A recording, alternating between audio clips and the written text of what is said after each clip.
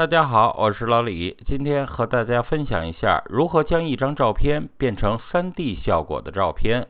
我们来看一下完成之后的效果，是不是立体感很强呢？好，让我们从头操作一遍。首先，我们点击背景图层，点击右键，复制一个新的图层。当然，我们也可以通过快捷键 Ctrl+J 来进行复制图层。然后我们选择菜单中的 3D。在下拉的菜单中，我们选择从图层新建网格，在这里我们选择深度映像到平面，我们点击它。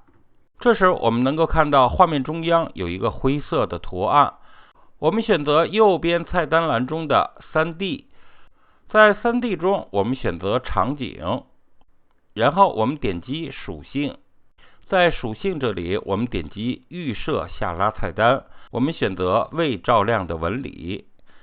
这时我们能够看到画面出现了明显的变化，然后我们再点回 3D 菜单中来，我们选择当前视图，然后我们再次点选属性。